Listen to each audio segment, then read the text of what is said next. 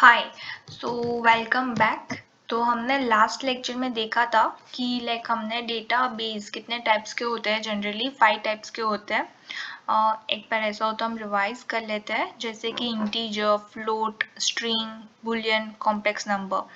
तो ये मैंने सब इन डिटेल में समझाया था।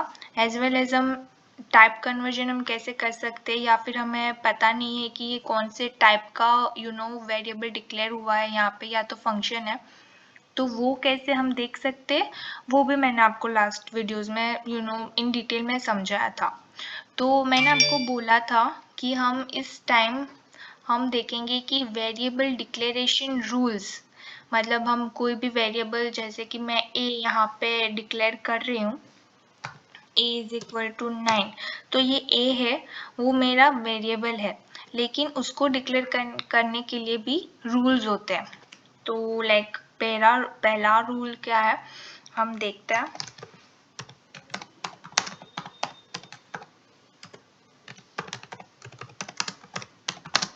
पहला रूल ये है कि स्पेसेस अलाउड नहीं है। जैसे कि ओके, फॉर एग्जांपल मैं ना डायरेक्टली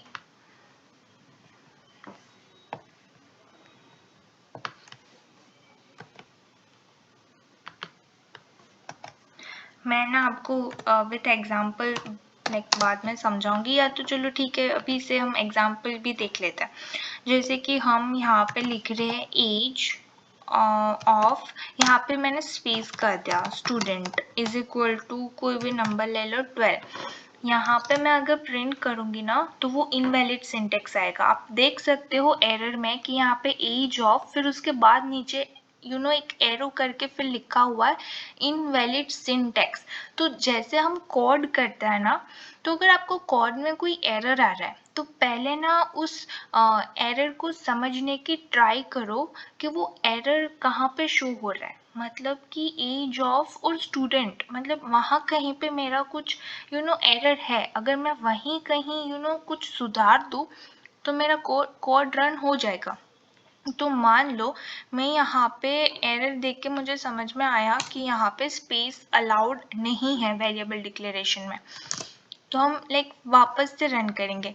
तो देखो रन हो गया। तो पहला वेरिएबल डिक्लेरेशन रूल ये है कि स्पेसेस अलाउड नहीं है। फिर सेकंड ये है कि वो केस सेंसिटिव है। हमने लास्ट वीडियो में देखा ही था, अगर मैंने यहाँ पे एज ऑफ स्टूडेंट सबके सब लोअर केस में यूज किया है, और फिर मैं यहाँ पे प्रिंट करती हूँ कैपिटल एज ऑफ स्टूडेंट में, तो वो यहाँ पे रन नहीं होगा, क्योंकि यहाँ पे मैंने एज का ए कैपिटल लिया हुआ है। तो यहाँ पे वो ऐसा ही शो करेगा कि वो डिफाइंड नहीं है। तो अगर मैं यहाँ पे उसको जैसे स्मॉल में ही लिखा था, वैसे ही अगर मैं लिख देती हूँ, तो वो रन हो जाएगा। देखो एज ऑफ स्टूडेंट हमने 12 लिखा था, तो यहाँ पे एज ऑफ स्टूडेंट 12 आ गया। दैट मीन्स ये बहुत केस सेंसिटिव है। आप कोई भी वेरिएबल डिक्लेयर कर रहे हो, याद रखना कैपिटल में कर रहे हो तो वो कैपिटल में ही होना चाहिए, उसकी प्रिंटिंग या फिर जो भी है। Okay, now let's move to the third rule, which is special characters. Special characters यहाँ पे अलाउड नहीं है, सिवाय एक, वो है अंडरस्कोर। अंडरस्कोर के अलावा आप कोई भी स्पेशल कैरेक्टर्स यूज नहीं कर सकते हो। जैसे कि मान लो कि मैं यहाँ पे ऐसा कुछ कर रही हूँ इक्वल टू 4, तो वो इनवैलिड होगा या फिर कुछ शो ही नहीं होगा। देखो कि कमांड नॉट फाउंड, लेकिन अगर यहाँ पे मैं कुछ ऐसा करती हूँ age of student equal to 12, तो फिर ये रन हो जाएगा, क्योंकि सिर्फ और सिर्फ अंडरस्कोर ही अलाउड है वेरिएबल डिक्लेरेशन में, स्पेशल कैरेक्टर्स अलाउड नहीं है। ओके, नाउ फोर्थ वन,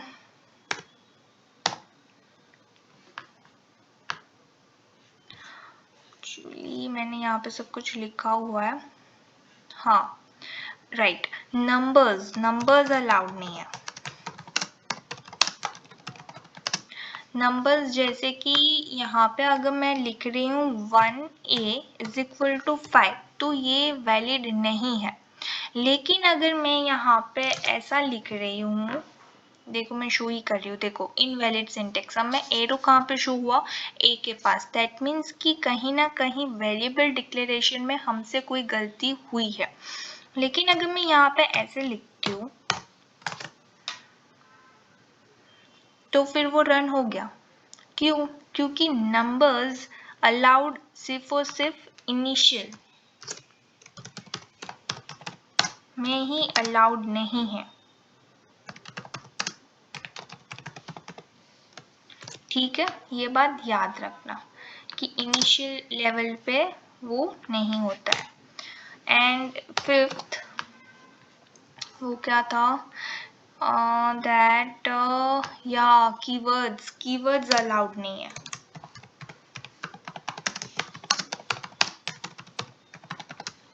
तो ये कुछ बेसिक रूल्स है वेरिएबल डिक्लेरेशन में। जैसे कि आप कुछ भी डिक्लेयर करते हो ना, तो याद रखना कि ये चीज़ें अगर आप करोगे तो या तो वो ऐसा बताएगा कि वो डिफाइन नहीं है, या तो फिर वो ऐसा शो करेगा कि वो इनवैलिड सिंटैक्स है। तो इन 2 या 3 एरर अगर आपको आती है वेरिएबल डिक्लेरेशन में, तो आप समझ जाओ कि कहीं या तो आपने स्पेस का इस्तेमाल किया है, या तो आपका केस सेंसिटिव, जैसे आपने डिक्लेयर किया है लोअर केस में लेकिन प्रिंट किया है आपने अपर केस में, तो वहाँ पे भी आएगा नॉट डिफाइंड। इनवैलिड सिंटेक्स वहाँ पे आता है, जैसे कि आप स्पेस यूज करते हो तो वहाँ पे ऐसा शो करेगा कि इनवैलिड सिंटेक्स है। फिर जैसा हमने यहाँ पे नंबर पहले यूज किया तो वहाँ पे भी ऐसा आएगा कि इनवैलिड सिंटेक्स है, दैट मीन्स ये वैलिड ही नहीं है। पाइथन में ये रूल्स ही फॉलो करते हैं तो फिर वो वैलिड ही नहीं होगा ना, अगर आप रूल्स से बाहर जाओगे तो।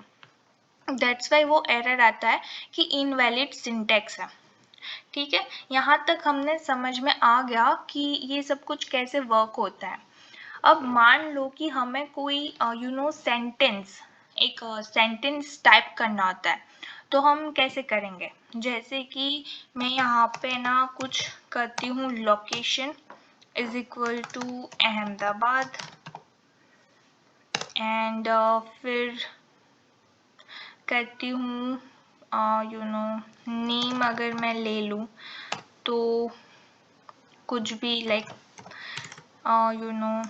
मानसी, कुछ भी नाम जो भी आपको लेना है वो आप ले सकते हो। अब यहाँ पे मुझे ना ये सेंटेंस प्रिंट करना है कि प्रिंट हियर, लाइक हम ऐसा कोई सेंटेंस यूज कर सकते हैं कि Mansi is living in Ahmedabad. ठीक है, तो स्ट्रिंग हमेशा डबल कोट्स में जाएंगी, Mansi is living in Ahmedabad.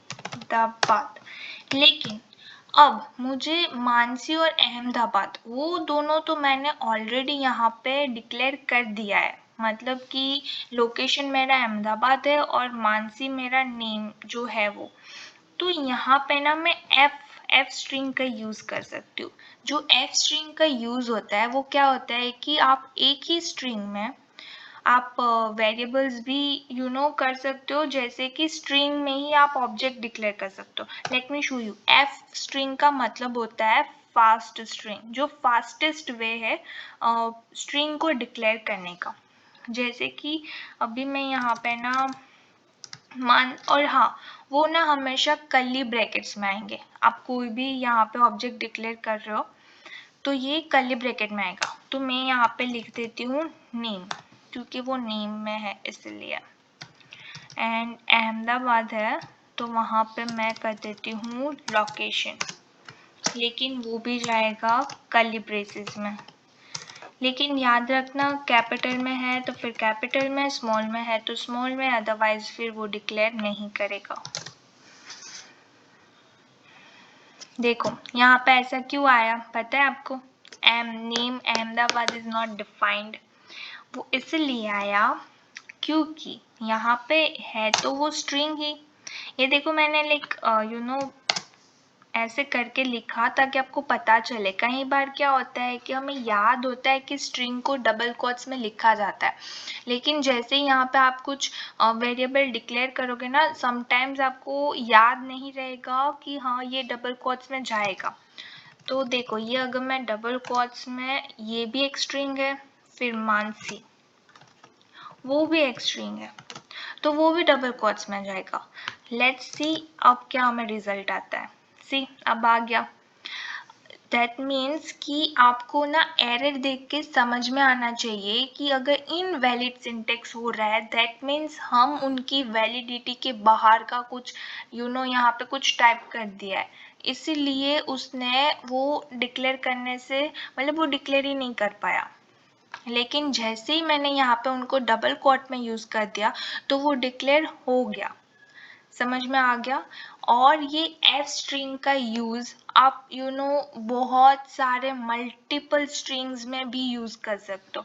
जैसे कि यहाँ पे मान लो कि मैं कोई प्रिंट करवा रही हूँ एफ, फिर यहाँ पे मैंने लिख दिया पाइथन इज बेस्ट, एंड फिर यहाँ पे मुझे और एक स्ट्रिंग ऐड करना है, तो मैं यहाँ पे फिर से एफ स्ट्रिंग यूज करूँगी, फिर डेटा एनालिसिस कर दूंगी, फिर यहाँ पे मैंने और एक स्ट्रिंग ऐड कर दिया, यहाँ पे मैं कुछ भी लिख सकती हूँ ds, ठीक है। अब मुझे ये देखो ये मेरा ना मल्टीपल एफ स्ट्रिंग हो गया।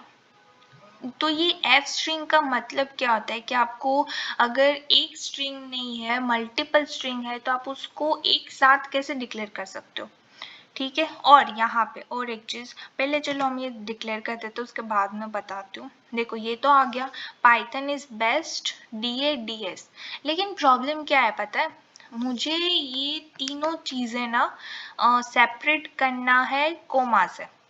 तो मैं कैसे सेपरेट करूंगी, या तो आप इसमें ही कोमा ऐड कर दो, ये एक ऑप्शन है, देखो तो वो हो गया। अदरवाइज अगर आपके पास पैराग्राफ है पूरा लंबा बड़ा, तो आप एक एक में ऐसे चीज कई बार हम भूल जाते हैं कि हाँ यार इसमें तो मैं कोमा ऐड करना भूल गई, तो आप क्या वो वापस से सब कॉर्ड में जाओगे, नहीं। इससे अच्छा कि हम यहाँ पे ना सेपरेटर यूज करेंगे, SEP उसका शॉर्ट फॉर्म है, फिर इक्वल टू उसका जो डिफॉल्ट वैल्यू है ना सेपरेटर का, वो स्पेस है।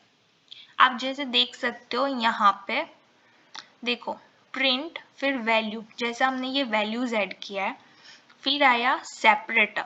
तो सेपरेटर में देखो कॉट में तो है, लेकिन उसके बीच में क्या है, स्पेस है, तो उसकी डिफॉल्ट वैल्यू क्या हुई, स्पेस। और फिर एंड का मैं आपको समझाती हूँ, पहले हम सेपरेटर का समझ लेते हैं, उसके बाद हम एंड का समझेंगे। अभी मैं स्पेस नहीं यूज कर रही हूँ, मैं अंडरस्कोर यूज कर रही हूँ, ताकि आपको पता चले कि ये वर्क कैसे करता है। देखो ये ठीक है, चलो यहाँ पे तो मैंने कोमा लिखा था, मैं हटा देती हूँ। देखो कोमा मैंने हटा दिया, तो उसने सेपरेट कहाँ से किससे किया, अंडरस्कोर से। तो आप ऐसे सेपरेटर्स यूज कर सकते हो, लेकिन वो सेपरेटर तब भी काम में आएगा जब आपके पास मल्टीपल एफ स्ट्रिंग होगा। तो वो मल्टीपल एफ स्ट्रिंग को सेपरेट करने के लिए हम यूज करते हैं सेपरेटर। अब वो जो एंड का ऑप्शन था ना, वो क्या था पता है, जैसे कि अभी यहाँ पे मेरा सेंटेंस खत्म हो रहा है DS से, लेकिन मुझे यहाँ पे फुल स्टॉप चाहिए, तो कैसे होगा, एंड, ठीक है। यहाँ पे मैं कर देती हूँ डॉट, मुझे डॉट चाहिए, देखो डॉट आ गया। तो अगर आपको पूरे सेंटेंस में सेपरेट करना है, एंड करना है, तो आप ऐसे कर सकते हो। और आपको पता है इनकी डिफॉल्ट वैल्यू क्या थी एंड की, आपने देखा होगा, तो उसमें था /n। तो वो /n का मतलब क्या होता है कि जैसे कि मान लो ये एक सेंटेंस है, तो ऑटोमेटिकली उसके बाद वो नया सेंटेंस ना दूसरी लाइन से स्टार्ट करेगा, तो वो उनकी डिफॉल्ट वैल्यू हुई /n। और /n ना जनरली स्पेस के लिए यूज की जाती है, जैसे कि यहाँ पे अगर आप मल्टीपल एफ स्ट्रिंग यूज कर रहे हो, डायरेक्ट स्लैश एन यूज कर रहे हो, तो वो भी डायरेक्टली नेक्स्ट लाइन में चला जाएगा। वहां पे आपको उनको सेपरेटली एंड देने की फिर वो जरूरत नहीं पड़ेगी। वो हम आगे सीखेंगे। वो स्लैश एन है, फिर 2-3 ऑप्शन है जहाँ से मैं आपको सिखाऊंगी कि स्पेस करना है, बैक स्पेस करना है, तो वो कैसे करते हैं हम। ठीक है, तो मैं ना आपको एक टास्क देती हूँ, अगर पॉसिबल हो ना तो वो टास्क आप कर लेना, और अगर उसमें कोई एरर्स आ रहा है या फिर उसमें कोई डाउट है ना तो आप मुझे बताना। मान लो कि मुझे ना कोई स्ट्रिंग टाइप करनी है, जैसे कि यही स्ट्रिंग है, पाइथन इज बेस्ट DADS, लेकिन थोड़ा इसको अच्छे से करना है। जैसे कि पाइथन तो है ही एक प्रोग्रामिंग लैंग्वेज, लेकिन उसमें आप कितने कितने स्किल्स है, जैसे कि DA एक स्किल है, DS का एक स्किल है, कोई भी कुछ भी वेरिएबल डिक्लेयर करके भी कर सकते हो, डायरेक्ट प्रिंट कर सकते हो, लेकिन वो प्रिंट करने की ट्राई करना कोई भी सेंटेंस को लेके, और उसमें ना ये मल्टीपल करना। जैसे कि यहाँ पे देखो, यहाँ पे ना हमने कर्ली ब्रेसेस यूज किया था, वैसे हम यहाँ पे भी कर सकते हैं। देखो लेट मी शो यू। मैं स्केल को ले रही हूँ DA, फिर स्केल 1 को मैं ले रही हूँ DS, और फिर स्केल 2 को चलो 2 ही रखते हैं, ठीक है। और यहाँ पे मैं उसको डाल दूंगी डबल कोट्स में, बिकॉज ये स्ट्रिंग है, ये कोई नंबर नहीं है, ठीक है। अब मुझको यहाँ पे प्रिंट करना है, तो मैं यहाँ पे प्रिंट करूँगी कि पाइथन इज बेस्ट फॉर, यहाँ पे मैं डाल दूंगी स्किल, फिर best for skill and skill 1, ये मैंने डाल दिया। और अभी मुझे उसको प्रिंट करना है, तो देखो आ गया कि Python is best for DA। यहाँ पे मैंने एक्चुअली कोमा दिया है इसलिए वो कोमा शो किया। Python is best for DA and DS, तो देखो मैंने वेरिएबल डिक्लेयर करके उसको प्रिंट कराया, लेकिन यहाँ पे मैंने मल्टीपल एफ स्ट्रिंग का यूज नहीं किया है, मैंने सिंगल एफ स्ट्रिंग का यूज करके उसको डिक्लेयर कराया है। मतलब there are so many ways to print. अब वो आपके ऊपर है कि आप उनको कैसे प्रिंट कर रहे हो, ठीक है। तो एक काम करो, आप खुद से एक टास्क करो अलग अलग, कि यहाँ से मैं कैसे डिक्लेयर कर सकती हूँ, मुझे इस टाइप से, मतलब बहुत सारे मिक्सचर्स करके कुछ प्रिंट करो। अगर उसमें कोई एरर्स आ रहा है या फिर कोई प्रॉब्लम आ रही है तो आप मुझे बताओ, मैं ट्राई करूँगी उसको सॉल्व करने के लिए, ठीक है।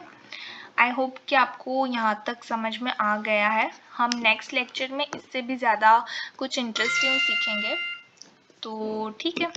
तो फिर हम नेक्स्ट लेक्चर में मिलते हैं। Bye bye.